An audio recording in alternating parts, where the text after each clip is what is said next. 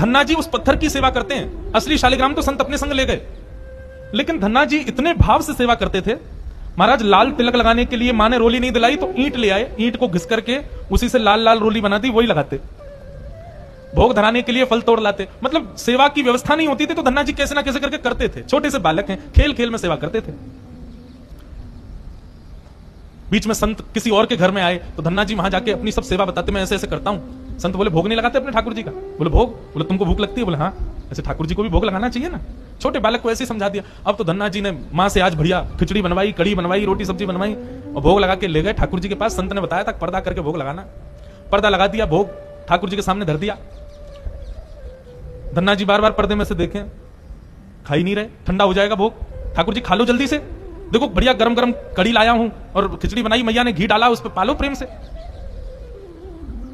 बहुत देर हो गई, ठाकुर जी नहीं पाए तो धन्ना जी वहीं लेट गए। बोले आप नहीं पाओगे तो मैं भी नहीं पाऊंगा, मैं भी भूखा ही रहूंगा फिर। अब इतना सहज सरल प्रेम धन्ना जी का।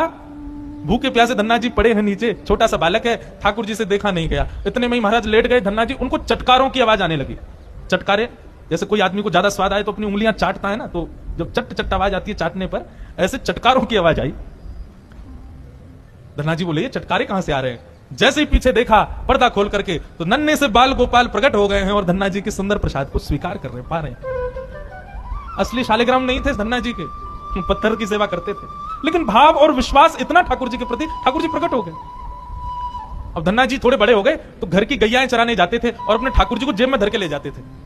और गैया जब चरती थी तो पेड़ के नीचे बैठ के ठाकुर जी को निकाल लेते और कहते ठाकुर जी अब कोई ना है, प्रकट है जाओ। सो ठाकुर जी प्रकट हो जाते, धन्ना जी के साथ खूब लीला करते।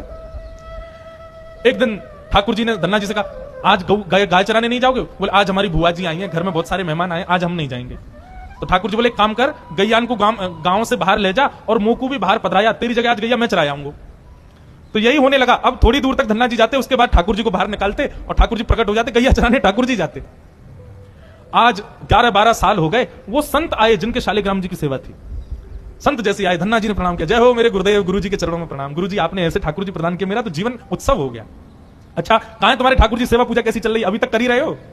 उनको लगी पत्थर है, बचपन में की होगी, अब तो बड़ा हो गया। कहां है तुम्हारे ठाकुर जी? बोले ठाकुर जी अभी नहीं है, ठाकुर जी तो गैया चराने गए।